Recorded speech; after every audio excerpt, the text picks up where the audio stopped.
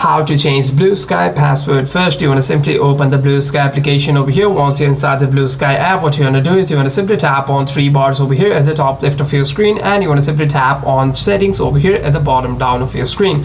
By doing so, you want to simply tap on privacy and security over here, and you'd be able to find an option called app passwords. You want to simply tap on app passwords over here, and by doing so, you'd be able to follow the prompt to add app passwords on your account as well. However, if you're looking forward to change your password, what you can also do is, if you have been logged in through your Google account, what you want to do is you want to simply go to your Google account's password center, and you want to simply change your password from there. You want to simply go to Google over here, tap on your profile at the top right of your screen, tap on manage in Google accounts.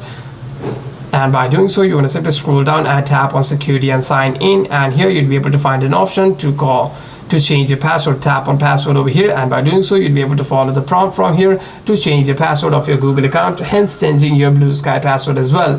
Hope this video was helpful, and if you have any further questions, make sure to leave a comment down below, and I'll see you guys on the next one.